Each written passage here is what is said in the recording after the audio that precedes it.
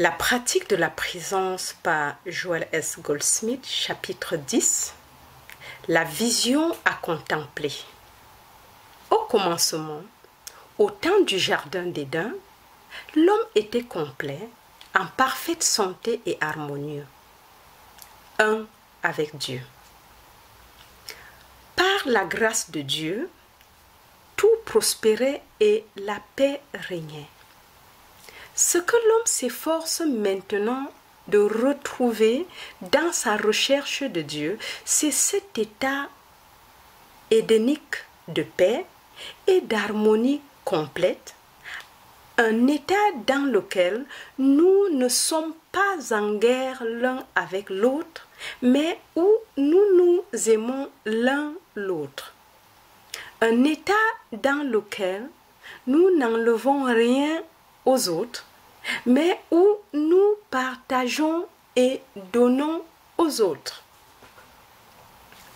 L'espoir de l'homme était qu'en trouvant quelque pouvoir surnaturel, il serait capable de retrouver cet état de félicité sur terre. Il doit cependant être clair pour toute personne qui pense que dans sa tentative de trouver l'harmonie, l'homme a cherché d'une mauvaise manière et au mauvais endroit.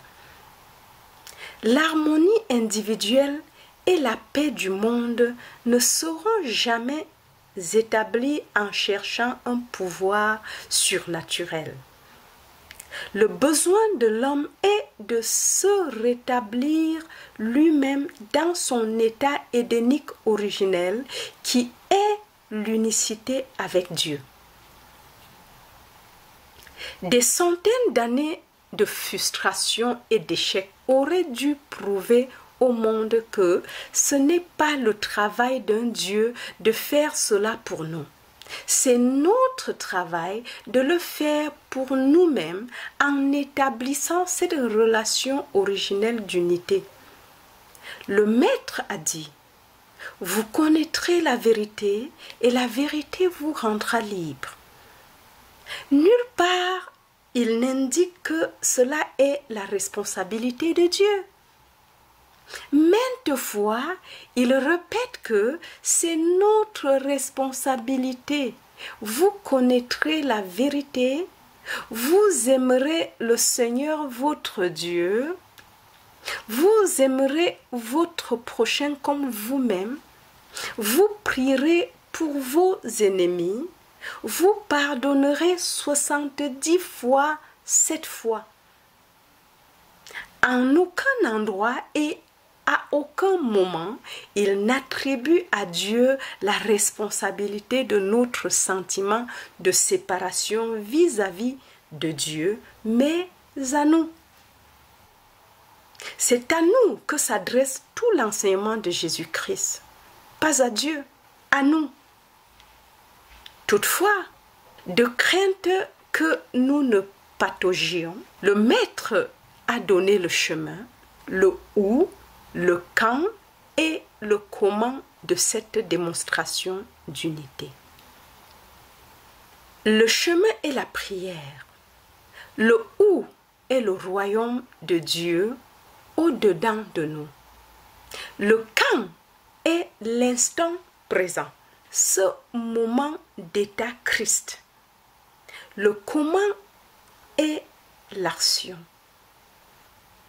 Au début, on ne peut enseigner les secrets donnés à toutes les époques aux hommes et aux femmes inspirés qu'en transmettant ce qui est appelé la lettre de vérité. Par la lettre de vérité, nous apprenons à mettre un terme à cette quête de Dieu qui ne mène à rien, à ces vaines prières à Dieu lointain pour obtenir quelque chose, à ce désir et cet espoir insensé qu'une forme d'adoration soit suffisamment agréable à Dieu pour l'influencer à notre égard. Nous commençons alors à reconnaître non seulement qu'il y a un Dieu, mais que ce Dieu est cette identité intérieure de notre propre être, un Dieu non séparé et en dehors de nous, à adorer de loin, mais réellement un Dieu plus proche de nous que le souffle, plus près que nos mains et nos pieds. La lettre de vérité correcte nous empêche de nous laisser aller à ces rêveries oiseuses ou aux faux espoirs qu'un miracle va faire descendre Dieu ou son messager sur un nuage en robe princière pour agiter une baguette magique qui fera disparaître tous nos problèmes. Au contraire, cette simple vérité du Maître nous oblige à retirer notre regard d'en haut et du dehors et à le tourner dans la seule direction où nous puissions trouver la paix et l'harmonie, au-dedans de nous-mêmes. Une fois que notre attention a été portée de l'extérieur à l'intérieur, nous pouvons passer à l'étape suivante, enseignée par tout grand maître, cherchez-moi au-dedans. Cherchez, frappez, suppliez si c'est nécessaire, mais toujours à l'intérieur. La vision de l'unité doit toujours être une balise lumineuse sur notre chemin d'ascension. Moi et mon Père sommes un. Par la contemplation intérieure du Père au-dedans, finalement, l'ancienne unicité de moi et mon Père sommes un est établie. Désormais, moi et le Père sommes un n'est plus une perception intellectuelle, mais devient une relation démontrable, visible par ses fruits. Nous ne cherchons plus de faveur. Il n'est plus aucun besoin de faveur. L'esprit intérieur se déploie, se révèle et se dévoile, agissant en nous et à travers nous. L'acceptation par le monde d'un pouvoir de bien et d'un pouvoir de mal ne nous asservit pas plus longtemps. Nous demeurons sérénement en paix dans un seul pouvoir. Il n'y a pas de pouvoir à combattre. Il n'y a pas de pouvoir à craindre. C'est pourquoi nous n'avons pas à prier quelque grand pouvoir de faire quelque chose.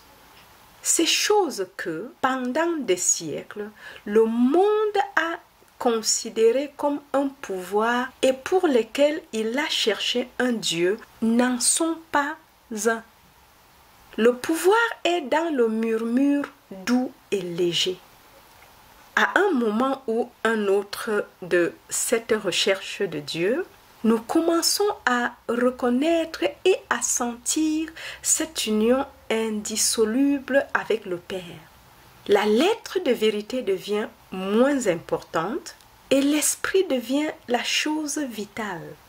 L'esprit que nous n'avons connu que par la lecture de livres devient maintenant vivant en nous et nous vivons la vérité.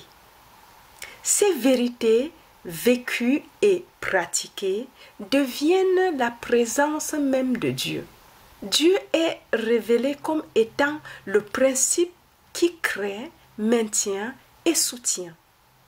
Non comme notre serviteur ou notre instrument, quelque chose existant dans le but de nous accorder des faveurs, mais comme la sagesse infinie de cet univers, l'amour divin envers tout ce qui est.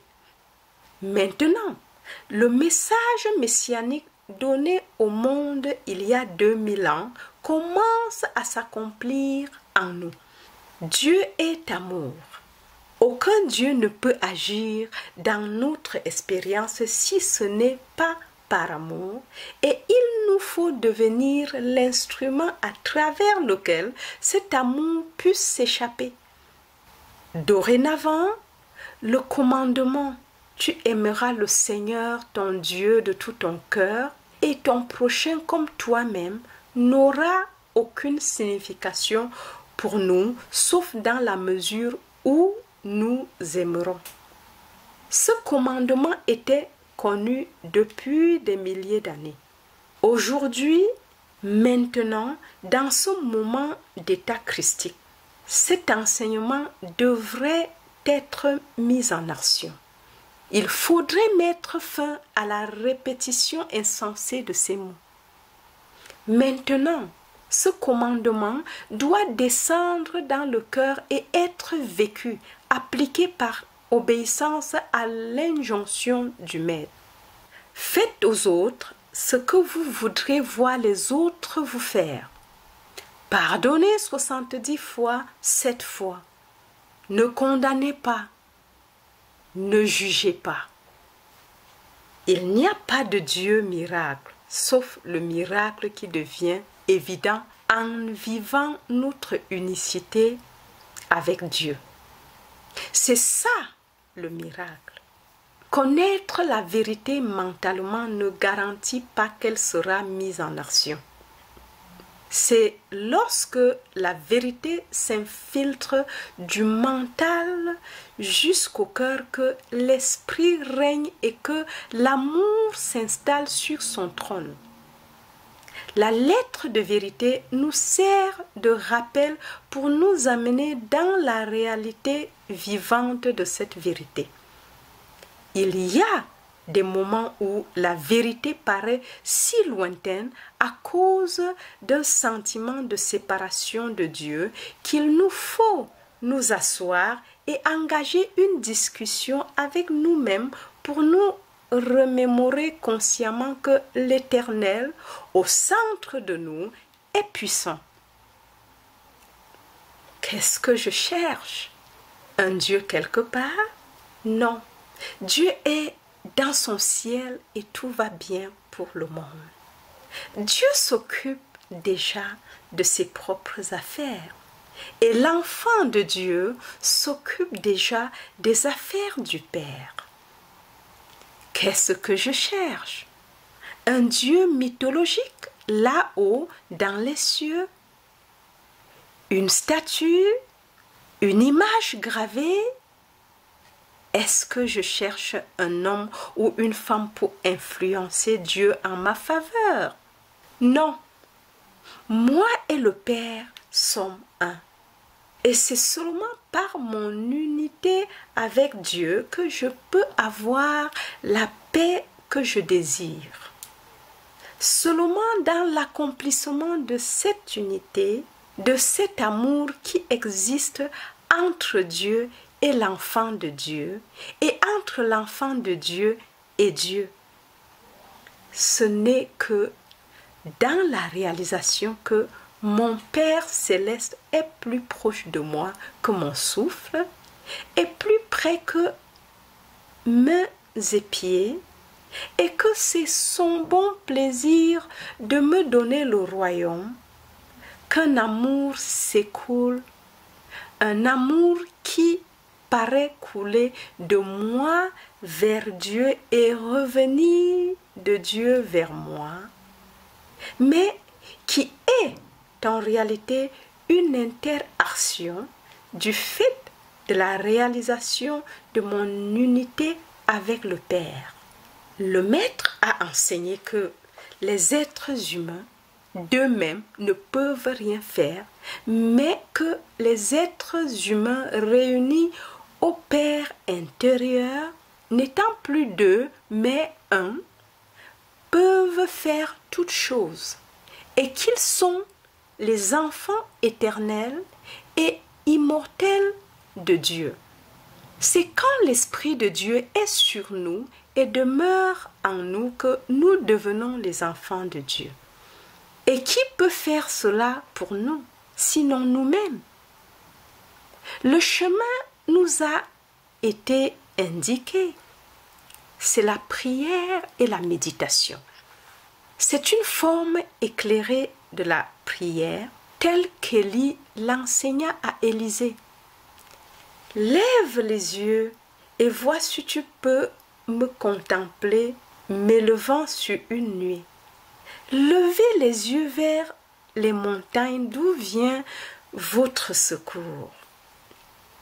Contemplez le royaume de Dieu en vous. Élisée cherchait à porter, après Élie, le manteau de celui-ci. Il souhaitait ardemment être un grand prophète. Il voulait cette robe de l'état christique.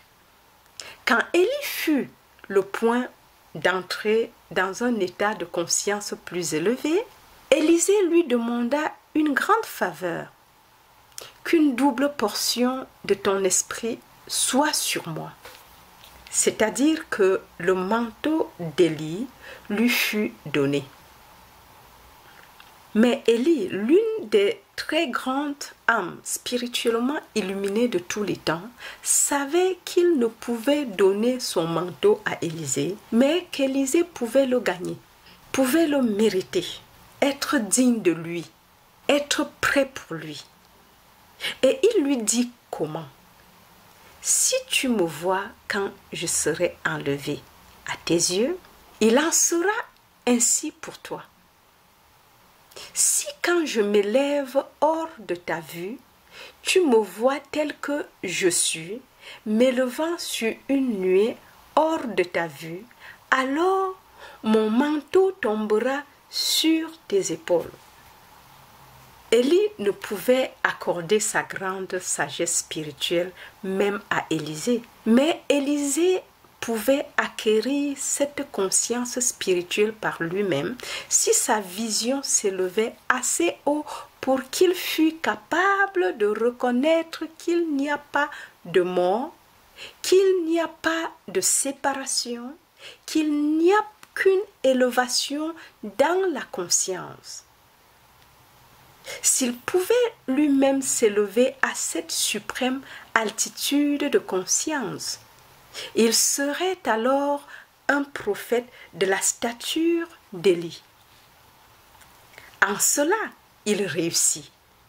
Élisée était illuminé à un tel degré qu'il vit Élie s'élever dans le ciel dans un tourbillon et en vertu de son unité consciente avec Dieu, il vit l'immortalité de l'être individuel et l'éternité de l'homme dans sa plénitude et sa perfection. La responsabilité nous incombe de contempler la vision puis de la mettre en action. Il y a toujours eu des instructeurs et il y en aura toujours. Nous avons toujours eu avec nous des êtres illuminés, mais le maître a dit que les ouvriers sont peu nombreux. Peu nombreux sont les travailleurs disposés à se réconcilier avec Dieu, prêts à contempler l'âme en eux et à la laisser ensuite s'écouler en acte d'amour. Si un homme dit « j'aime Dieu » et qu'il hait son frère, c'est un menteur, car s'il n'aime pas son frère qu'il a vu, comment peut-il aimer Dieu qu'il n'a pas vu? Si le maître n'a pas lavé les pieds de ses disciples, le monde n'aurait jamais appris que la fonction du maître était d'être un serviteur. La fonction de l'être illuminé est de servir ceux qui ne connaissent pas encore leur véritable identité. Notre fonction en tant que chercheurs de Dieu et étudiants de la vérité n'est pas d'être un maître de la multitude, mais d'être un serviteur de la multitude, de ne pas prendre à la multitude, mais de donner à la multitude. Le royaume de Dieu n'est ni ici ni là, mais à l'intérieur de notre propre être. Comment trouvons-nous ce royaume? Par l'amour. Aime ce Seigneur qui est en toi et prouve cet amour par ton amour pour ton prochain, le prochain qui n'est pas seulement ton ami, mais le prochain qui est ton ennemi, qui se sert de toi avec mépris et te persécute. Selon le Maître, il vaut mieux donner temps et attention à un humble pécheur qu'aux 99 qui se tirent fort bien d'affaire par leurs propres moyens. Aussi longtemps qu'il y a un individu, saint ou pécheur, qui demande notre aide, cela devient pour nous une obligation et un devoir de répondre à cet appel. Tout le monde n'est pas prêt à répondre sur le plan spirituel, car il se peut que l'on ne soit pas prêt pour le dévoilement complet de la vérité spirituelle, mais comme il s'agit de notre prochain, nous pouvons au moins l'aider à son niveau de conscience pendant qu'il évolue vers un état plus élevé de conscience. Attendons avec patience celui ou ceux qui viendront à nous. Les 12, les 70, les 200, puis partageons avec eux ce pain de vie, partageons le vin et l'eau. Ces quelques-uns seront capables d'en apprécier le goût. Ils aimeront cette nourriture et seront en outre capables de l'assimiler.